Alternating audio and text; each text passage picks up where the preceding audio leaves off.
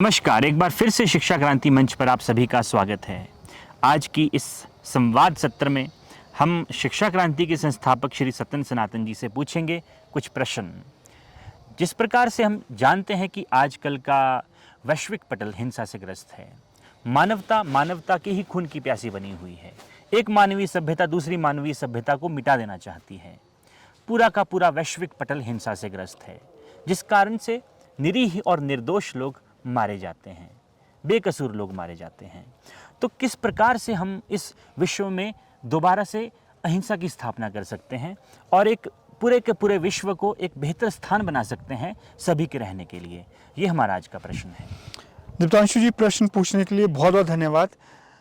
जो आपने विश्व विमर्श की बात की है और विश्व संकट की बात की है, युद्ध को लेकर मानवता के अस्तित्व पर जो संकट मंडरा रहा है, मुझे लगता है कि उस संकट का अगर समाधान, उस समस्या का समाधान, संकट मोचन अगर कोई है तो वह अध्यात्म है।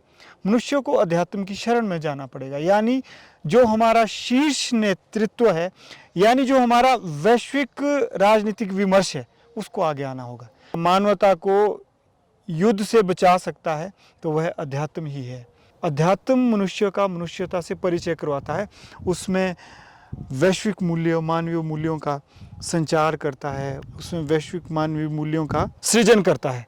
ऐसा मेरा मानना है। दीप्तांशु, बहुत अच्छा आपने कहा। जिस तरह से कि अध्यात्म, आपने कहा कि इस विश्व में शांति ला सकता है, तो हमें अध्यात्म की ओर अग्रसर होना, भीतर की ओर अग्रसर होना होगा, तभी हम बाहर शांति स्थापित कर पाएंगे और इस विश्व को एक बेहतर स्थान बना पाएंगे जहाँ पर सभी लोग भाईचारे के साथ रह सके। अगर हमें विश्व शांति को स्थापित करना है तो सबसे पहले मनुष्य के भीतर शांति को स्थापित करना होगा और उसका एक ही उपाय है, वह है हमें अध्यात्म की शरण में जाना होगा। यानी अध्यात्म क्या? मानवीय मूल्य। मानवीय मूल्य क्या? अहिंसा का मूल्य, प्रेम का मूल्य, सद्भावना का मूल्य, त्याग का मूल्य, सेवा का मूल्य। इन मूल्यों को हमें पुनर्स्थापना इन मूल्यों की करनी पड़ेगी। यानी एक तरह से हम कह सकते हैं कि धर्म संस्थापनार्थाय हमें कार्य करना पड़ेगा। बहुत अच्छा आपने कहा कि हमें सबसे पहले तो मानवीय मूल्यों की स्थापना करनी पड़ेगी, तभी हम बाहर अहिंसा की स्थापना कर पाएंगे।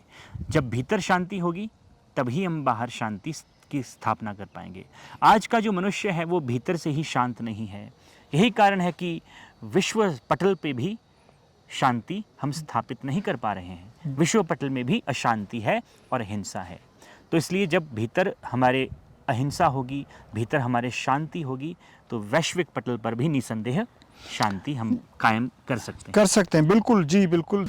तो आप सभी का हमारे साथ बनने के लिए धन्यवाद। फिर मिलेंगे अगली कड़ी में इस संवाद सत्र के। तब तक के लिए जय हिंद, जय भारत, जय विश्व।